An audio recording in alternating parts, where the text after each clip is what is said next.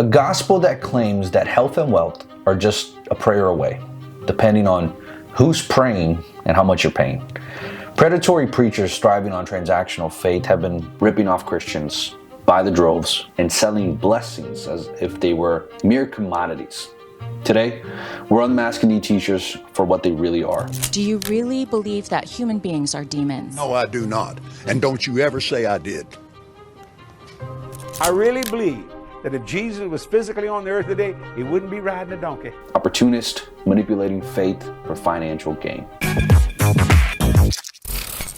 The prosperity gospel, often known as the health and wealth gospel, started gaining momentum here in the US in the mid-20th century. Prominent figures like Oral Roberts and Kenneth Copeland popularized the idea that God rewards faith with financial success and physical health, of course. Over the decades, this doctrine has spread globally, influencing countless churches and, unfortunately, believers worldwide.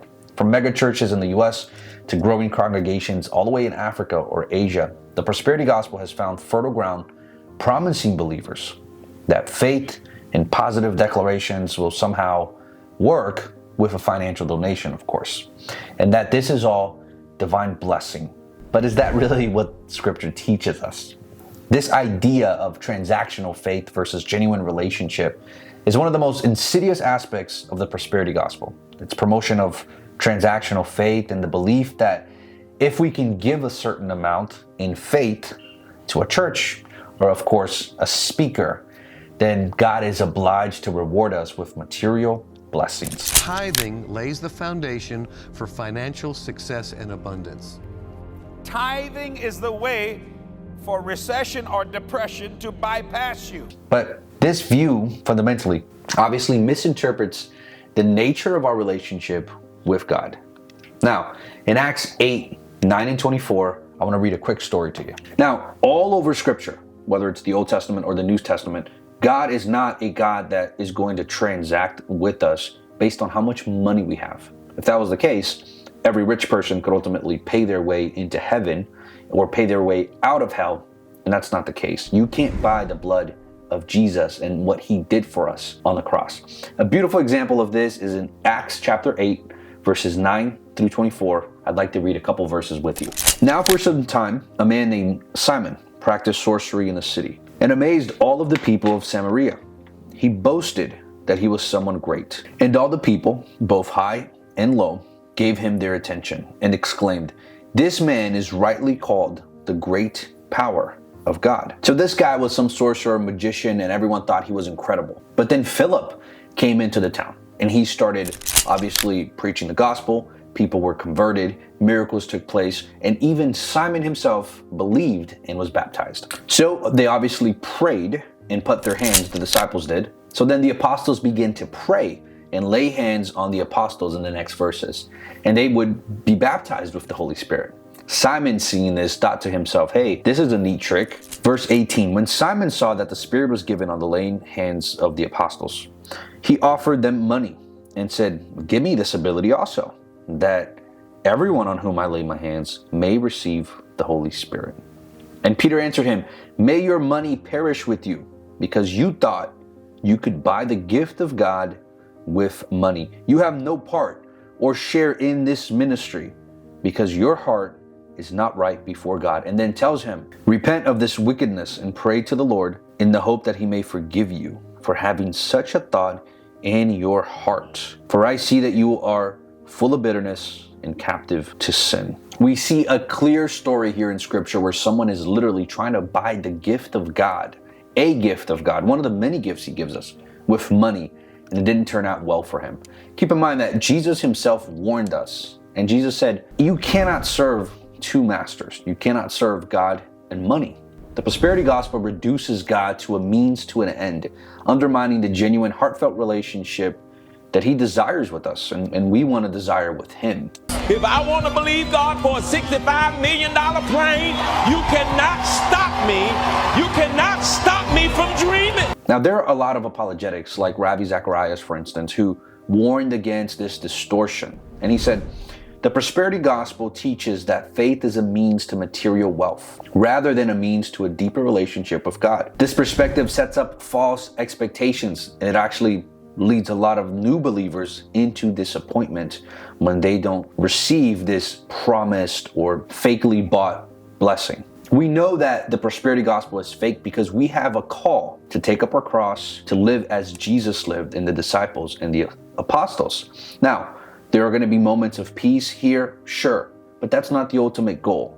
The call to suffer and to take up our cross, as Jesus stated himself, is a call to self-denial. This call to self-denial and suffering is often at odds with the prosperity gospel and that promise of health and wealth. Jesus said on the Sermon on the Mount, "Blessed are those who mourn, for they will be comforted."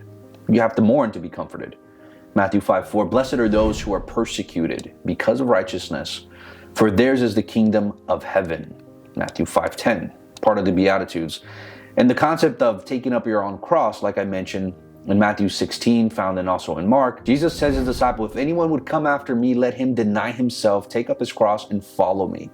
Now, this passage is speaking, of course, to the idea of enduring and suffering or sacrifice as part of following Jesus. And this complements the theme of endurance and hardship mentioned in the Beatitudes. Not only did Jesus talk a lot about this, the Apostle Paul wrote, not only that, but we rejoice in our suffering, knowing that suffering produces endurance, and endurance produces character. Character produces hope. Romans 5. Far from being an obstacle to our faith, suffering is depicted here in this passage as a means of spiritual growth, as maturity.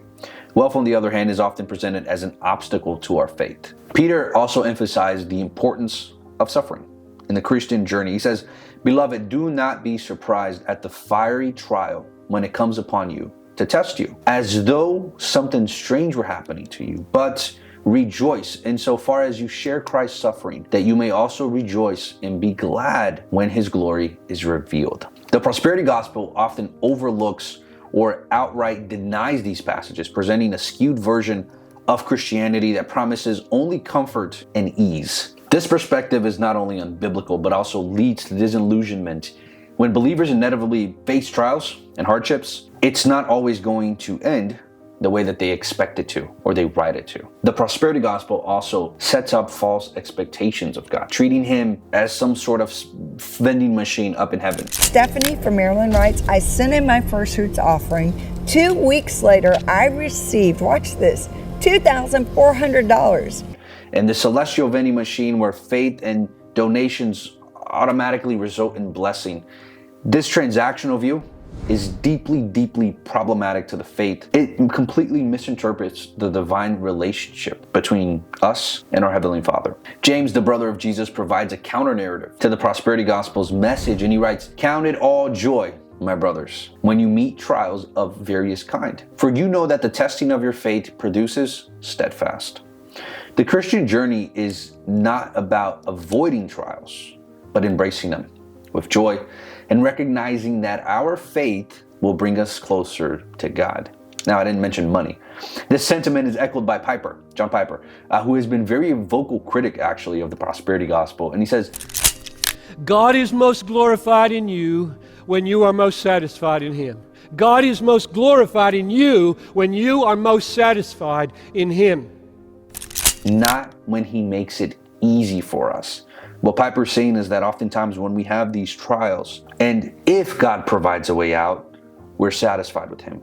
If He doesn't, our mindset is to remain satisfied in Him, regardless of the trial, regardless of the size of the trial, but not without the trial. If we have no trials, we have no reason or motivation to have faith. If we can buy our way out of certain situations, then what is the point of trusting in God's ultimate providence for us? So Piper's perspective ultimately highlights the true nature of the Christian faith, which is finding contentment and joy in God amidst anything. Another key fault of the prosperity gospel is just the discipline between wealth and Christian stewardship. Clarifying that wealth does not make a person bad or a bad disciple.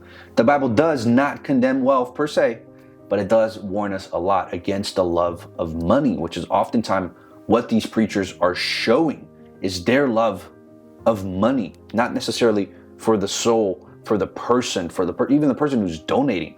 All they really care about is the amount of the donation the quantity and nothing about the quality. Apostle Paul says, for the love of money is the root of all kinds of evil, that this being one of them. It is through this craving that some have wandered away from the faith and pierced themselves with many, in this case it says pangs, it's the ESV version, but wealth can be a blessing and it can be used when properly to advance the kingdom of God. If that's something you want to do, by the way, subscribe to the channel and make sure you turn on your notifications so that you become a better steward of God watching these videos, and we do so together. But oftentimes, money is a curse, especially when it takes the place of God in our hearts. Christianity calls for a very balanced view of wealth. On one end, the prosperity gospel equates material wealth with God's favor, and obviously on the other side, poverty as a virtue. However, most Americans, even those who consider themselves middle class, are actually already among the wealthiest people globally. This challenges the notion that wealth is inherently sinful or a sign of divine favor. We're already in the 1% of population. So if you believe, one, that wealth is God's favor, well, you're living God's favor right now. You don't need any more. You're already in the 1%. On the other side, if you believe that wealth is 100% sinful, you are in that sin because we are in the top 1% of the world. Jesus' teaching about the rich young ruler illustrates the difficulty of the wealthy, entering the kingdom of God. It's easier for a camel to go through the eye of a needle than for a rich person to enter the kingdom of God, Mark 10. Now remember, the eye of the needle was one of the doors, and for a camel to pass through, it would take an immense amount of effort. I mean, this camel would have to be, practicing yoga on a daily basis so that he would be able to stretch and bend himself enough to get through this. Oftentimes what we see in scripture is that having wealth is seen earthly as a blessing, but to one's walk in faith, it's actually a curse. A lot of people end up piercing themselves when they chase after this desire to become very wealthy. Every believer, regardless of their financial status, must guard against the pitfalls of wealth and strive for spiritual riches. Oftentimes people think that poor people don't have the same level of materialism as a rich person or the level of pride, and that's not the case. Regardless of how wealthy a Christian is or isn't, they can fall into sin of being a bad steward and not handling their finances well, not doing things for the kingdom of God. It doesn't matter how wealthy you are. You can fail on both ends of the spectrum. On contrary to the prosperity gospel, the focus on personal gain is what it calls for, but the Bible calls Christians to live generously and sacrificially. Jesus taught us, do not lay up for yourselves treasures on earth where moth and rust destroy and where thieves break in and steal, but lay up for yourselves treasures in, that's right, in heaven, Matthew 6:19. Now, this directive encourages believers to prioritize eternal rewards over temporal wealth. Greed, which is often subtly encouraged by the prosperity gospel, is explicitly condemned in scripture, where Jesus warns, it says, take care and be on guard against all covetousness, for which life does not consist of the abundance of possessions, Luke 12:15. The pursuit of wealth can lead to a neglect of spiritual values and unhealthy focus on material success. Of course, what ends up happening too as people get wealthier and wealthier is self-trust instead of trusting and believing in God. They believe that they are their own providers, that they make things happen. She could provide for me. And they don't have a necessity for a heavenly Father who's providing things for them. So what I believe a Christian should do is consistently, daily understand that we are sinners in need of God. I don't care how much money you have, you need Jesus. I don't care, how much properties you own, how much cash flow you have. If you have no credit card debt like Dave Ramsey suggests, or you have a ton of debt and you use it for cash flow like Grant Cardone suggests, we need Jesus. So Christians are called to be generous and obviously to share what God is giving us and you with others. The Apostle Paul reminds us, in all things, I have shown you that by working hard in this way, we must help the weak and remember the words of the Lord Jesus, how he himself said, it is more blessed to give than to receive, Acts 20:35. The principle of generosity is the cornerstone of Christian living and stewardship, contrasting sharply with the self-centered message of the prosperity gospel. Not only the preachers make it all about them, but the people receiving these blessings also make it all about them. The gospel is not about us. It's not about us becoming healthy. It's not about us running away or fleeing from our tribulations. That's not what the gospel is about. The gospel is about Jesus. The gospel is about making disciples. And that's it. It's not overly complicated. Now, the prosperity preachers are obviously baiting and switching people and saying, hey, give me your money and you're going to be healed from this, this, this. And obviously, it's contrary to biblical values. If you're in this space, you know that many respected Christian leaders have spoken out against the prosperity gospel, but usually the people who speak out against the prosperity gospel are not people that the people who fall into the trap actually listen to. So like, for instance, I mentioned John Piper earlier, who's a very good, prominent theologian. He's criticized the prosperity gospel, stating in multiple places that if God's love for his children is measured by health and wealth and comfort in this life, God must have really hated the apostle Paul. Now, this statement underscores the disparity between the prosperity gospel and the life that the early Christians often lived. They faced persecution, daily hardships, and so on and so forth. And despite their profound faith, they weren't extremely wealthy. We don't see in any passage someone coming to Paul or Peter and Peter saying, hey, look, Jesus wants to heal you if you do this, this, this, and this. Give this to the church, to the family. If you put up this much gold, like we don't see that anywhere. David Platt, another influential pastor, argues that the prosperity gospel distorts the message of the cross. Here's what he says. The dangerous desire for more pleasures, more possessions, more money blinds us to the infinite value of Jesus. He is the end, not the means. One of my chandeliers costs more than most people's house. I got 22 chandeliers in the house. Timothy Keller, one of my favorite pastors, speakers, authors, he says this: the prosperity gospel is cruel because it says if you have enough faith, God will make your life smooth. But the Bible says that the suffering is part of the normal Christian life. The cross was not an accident or a sign of a weak faith. If you've been watching this far along, I appreciate it, and you must hate the prosperity gospel as much as I do because it gives us a bad image. It misrepresents, obviously, the teaching of Christianity, and it promises all of these materials and physical well-beings in exchange for faith, and specifically money.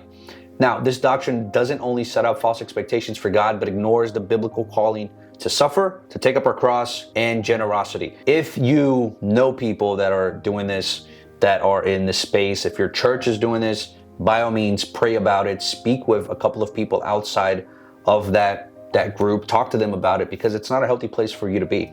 You need to continue growing in grace and knowledge and having more maturity to see through these false prophets. Paul wrote, "For I consider that the suffering of this present time are not worth comparing with the glory that is to be revealed to us." Romans 8. Hold fast to the authentic gospel and the message that calls us to carry our cross and self-denial and persevere in an unwavering trust in God and his ultimate plan.